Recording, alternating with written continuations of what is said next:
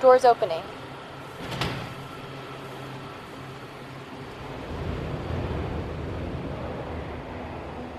Hi, I'm Robert Puentes, Vice President and Director of Brookings Metro.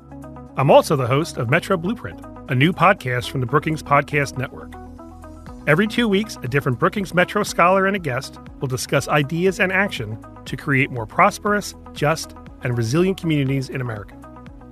Our scholars and their guests will discuss specific research findings and policy actions to improve the well-being of people and their communities.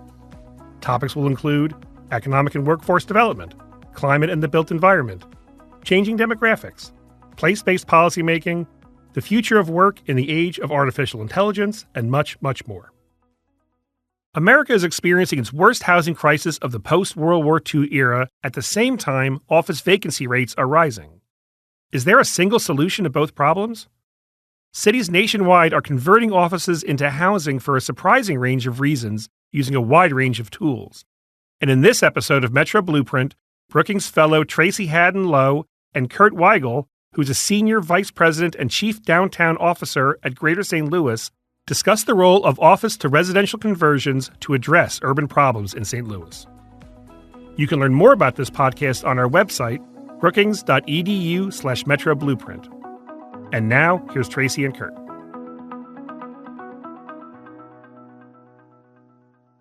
Thanks, Rob. Doom loop, office apocalypse, death spiral. These are the kinds of media headlines we're seeing to describe what's happening to downtowns as hybrid and remote work have become the new normal. But what is the doom loop, really? Change may sometimes come in disruptive spurts, but it's also constant.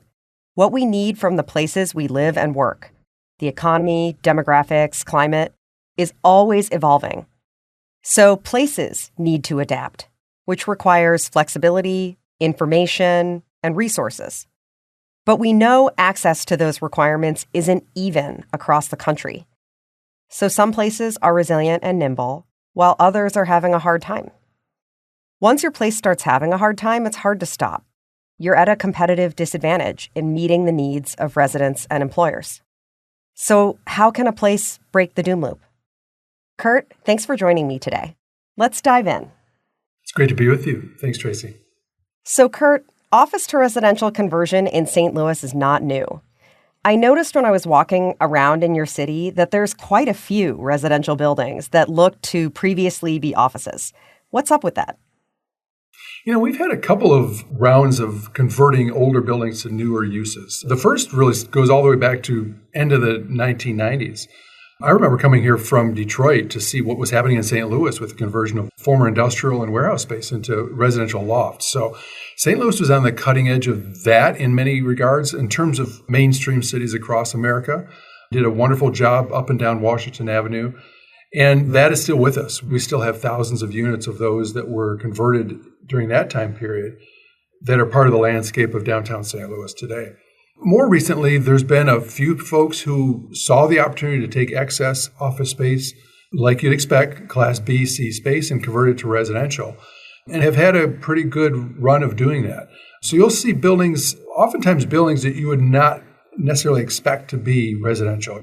We tend to imagine the former warehouses and things like that, but they've taken very contemporary, even mid-century office buildings and converted them into residential pretty successfully. Have you been inside? What are the apartments like? It's what you would expect. It feels like an apartment, right? Except it may have a floor-to-ceiling window instead of a punched window or something of that sort. So it's definitely different, but they've been leasing these units for many years now successfully. I also noticed when I was standing in your own office that when you look out the window, there's this beautiful white building that has a pool on top that looks like a beautiful jewel. What's that one? That is the Marquette Building. And my original office in St. Louis looked out right onto that. And it really was a treat. I can understand why you love it. So that was designed and built in 1914 by Eames and Young, St. Louis firm. Was originally, at least early in its time, a Federal Reserve building and then Boatman's Bank building. So it's got a storied history.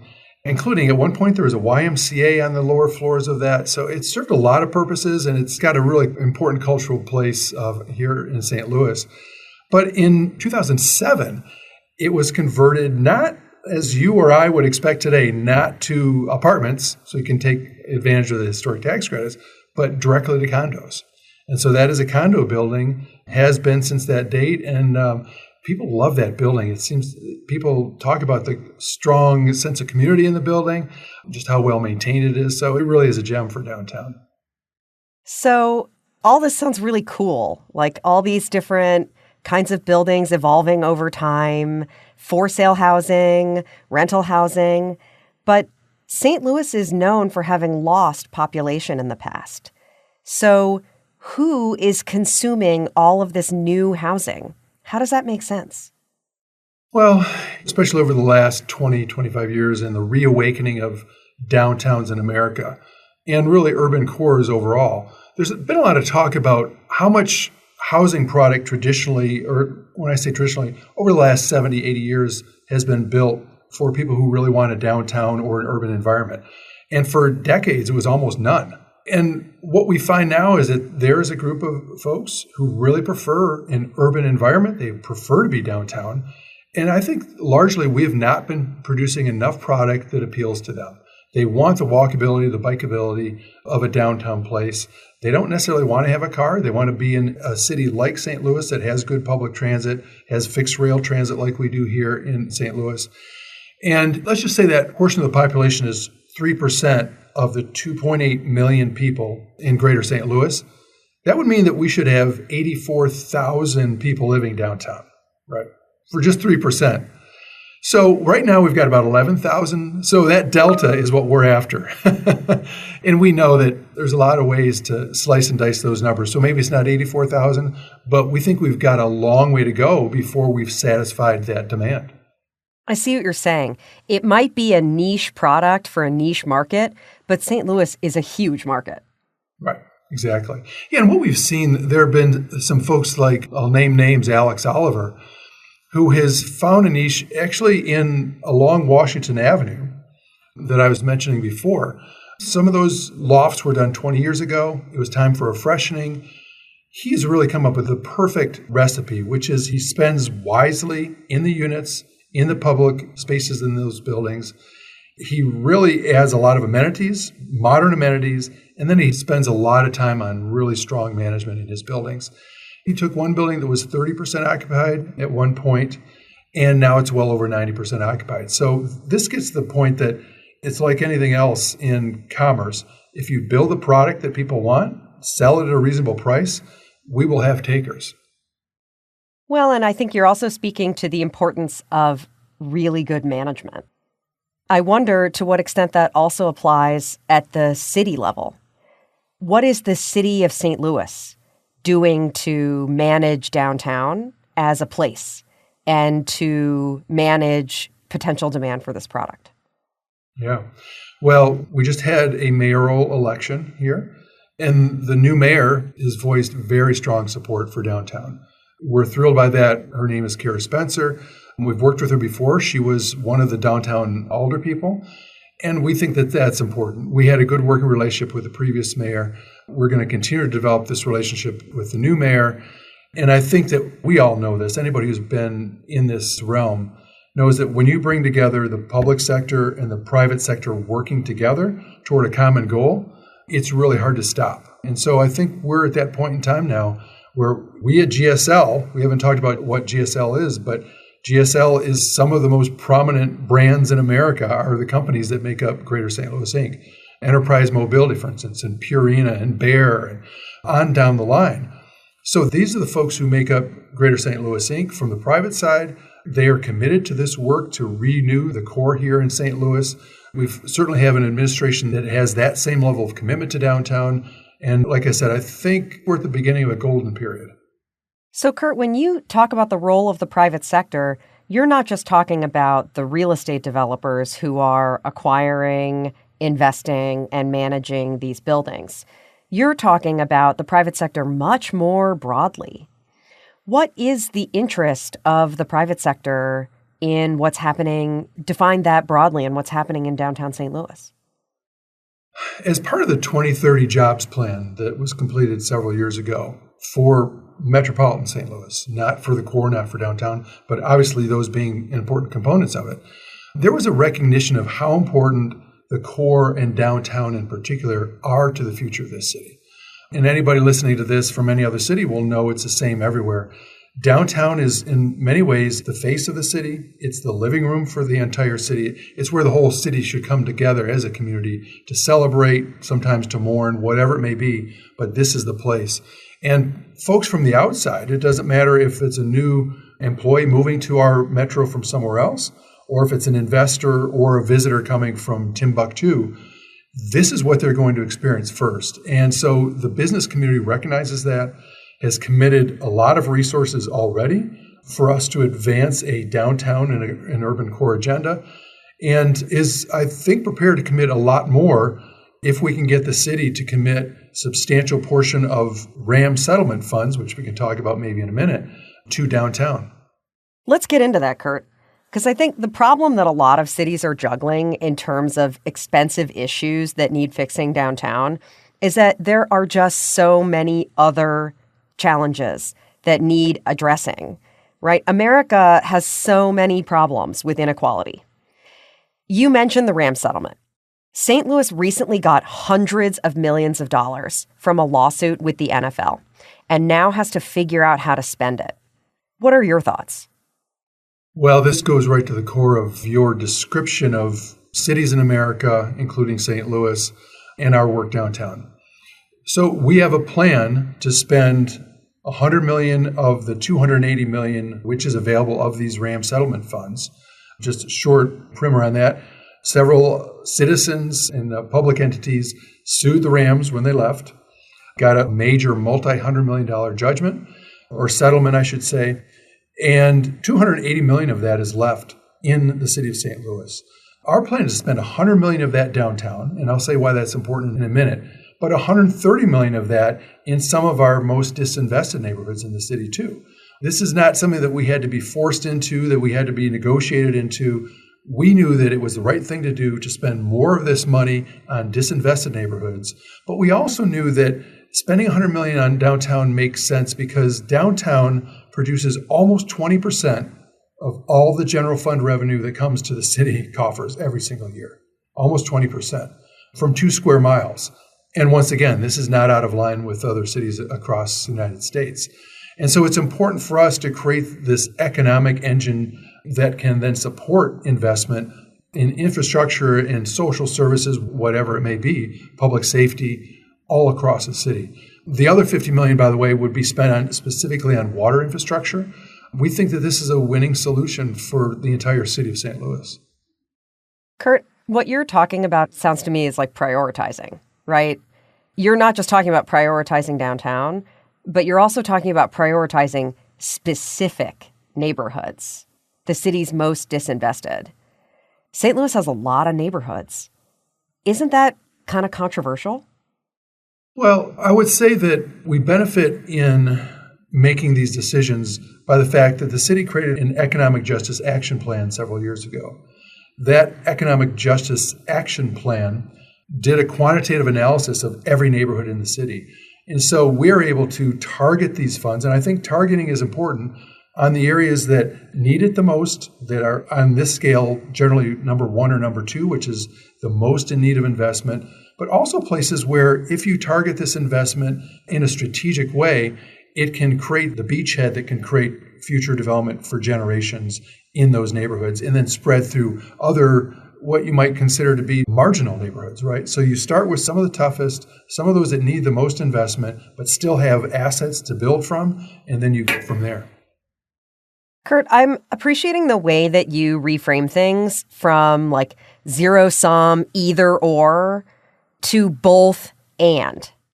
And it reminds me of the Revitalizing Downtowns and Main Streets Act. There is some federal legislation named that, but there's also a bill in the Missouri State Legislature with that name. Can you tell us what's in that?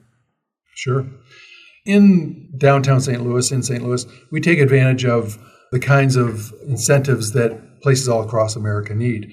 Federal historic tax credits. We are fortunate that we have a state historic tax credit. We were the first in the nation, I will say, in Missouri to have a state historic tax credit. We have a real estate property tax abatement program when you can show that that's necessary to make your numbers work. But even with that, we have some properties that are so challenged that we need a little bit more. And so probably the simplest way to look at this is an office to residential tax credit. Similar to the federal program which is not yet a program, but the concept of a program that you mentioned before. It's a 25% tax credit for using a property that formerly was primarily office for primarily residential. So it doesn't have to be entirely residential, but it has to be primarily residential. And it is stackable with both the state and the federal historic tax credit. So I will say when we pass this, it's going to be an important and really valuable tool for us to address some of our toughest cases. But Kurt, governments can't provide services if they don't collect taxes. So what's the value to the city for offering these kinds of credits and abatements? Well, we are a city that has a fairly diverse tax structure, right? So we have a sales tax. A lot of that, of course, is state sales tax, like most places, but 1.7 percentage points of that come to the city. So when we're attracting new investment downtown, we're getting people to live downtown. They're more likely to spend their grocery spending and lots of other spending, certainly bars and restaurants downtown. The city is getting a piece of that. So that's part of it. The other thing, though, is, as we continue to create a true live, work, and visit environment downtown, we're able to capture additional tax revenue from our earnings tax. We have a 1% earnings tax. And so when you look at some of those additional ways to capture tax revenue, and the fact also that we know that the tax abatement program I mentioned before burns off after a period of time, and then at that point, new taxes flow back to the city, we really think that this truly is a win-win. So the abatements, it's almost like a recognition that, in order to make a huge capital investment in a building, all the money has to be provided now. Right. Which imposes a huge net present value, but then they earn income off the building over a long period of time. So something about the time cost of capital has to be balanced there in order to make it happen. Yeah, that's well put. Okay, that's interesting. I want to talk about the most challenging building in St. Louis of all. The Railway Exchange Building is this huge, iconic tower in downtown St. Louis that the Wall Street Journal called a real estate nightmare. Is it a nightmare? Is there any way to wake up?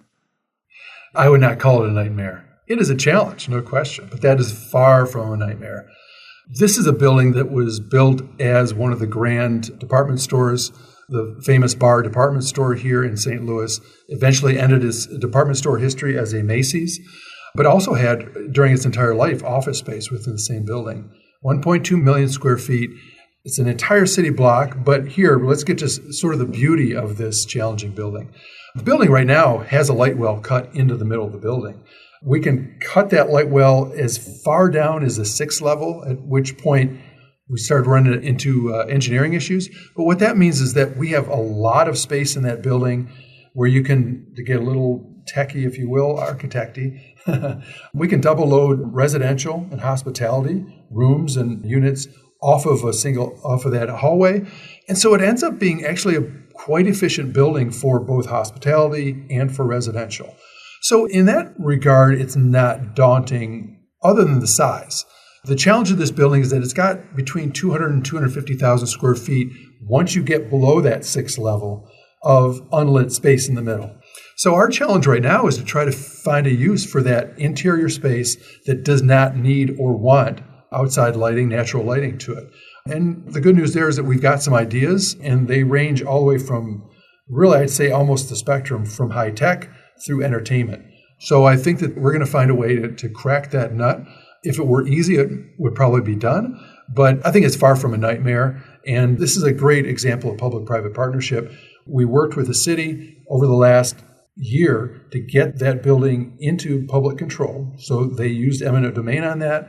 They've already acquired some of the property that used that same eminent domain proceeding. They have not acquired this building yet, but they have a judgment from the court that they can. So now we have that property in friendly hands, and we can start to move forward with it. I mean, it is not every day that you hear about a city using eminent domain on an office building.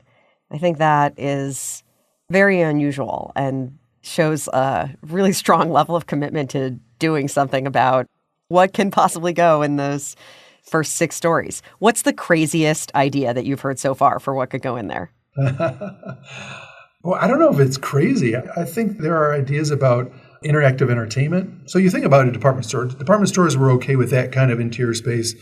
Why? Because they wanted to control the entire environment. When they were showing their merchandise, they wanted to light it. They didn't want it to be lit from outdoors. So when you're looking at entertainment uses, they tend to be the same way, right? They want to completely control how people experience a place or an event.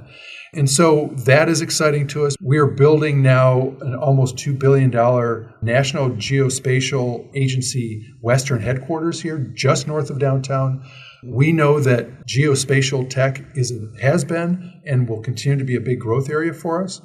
And so space like this can also, you can imagine, become highly secure SCIF type of space that's very hard to bug, if you will, because it's on the interior of a building that is built like we just don't build them anymore.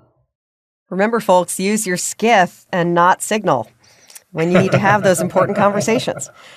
So, Kurt, you've had an incredible career where you've worked in this amazing range of settings. You're here in downtown St. Louis, but you've also worked in downtown New Orleans, and you worked in, how do I say this, Hamtramck? Hamtramck, which is a micro-municipality that's totally surrounded by Detroit. Do you have any concluding advice for other cities as they think about how to respond to the disruptions of the present moment?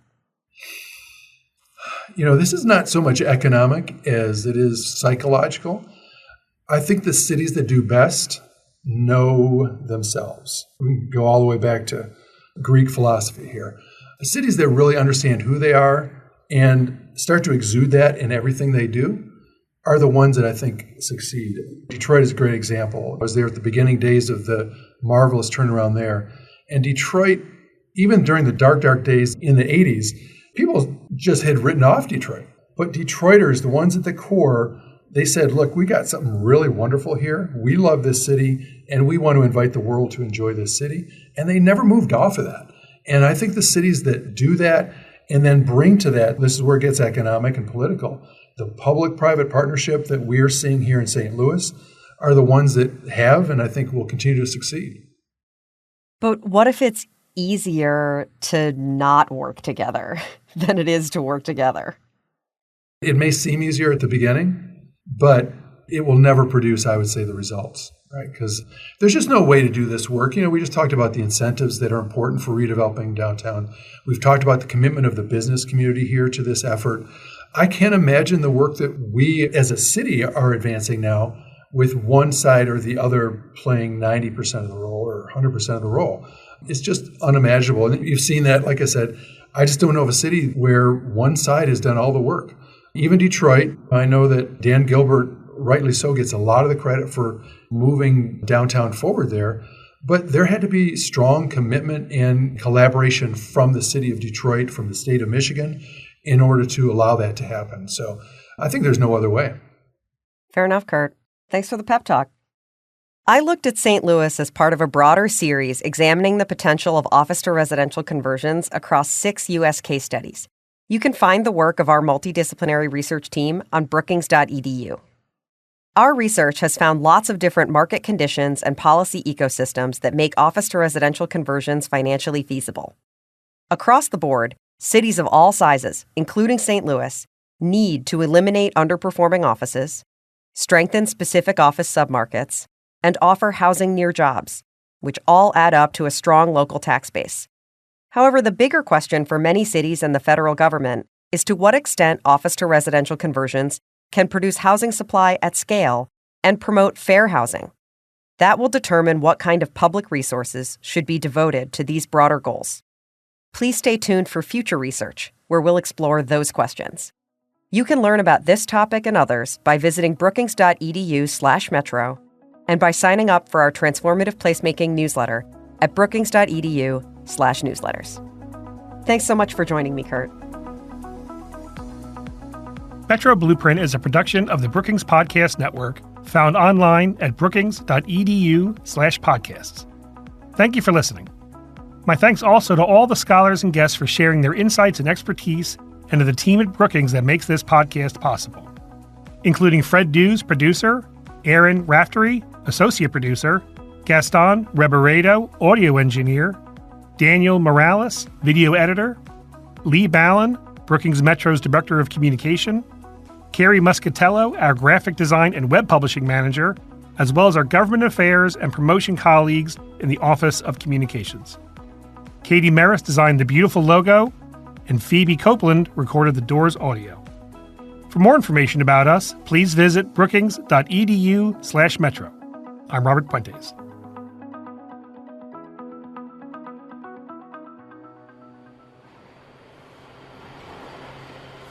Doors closing.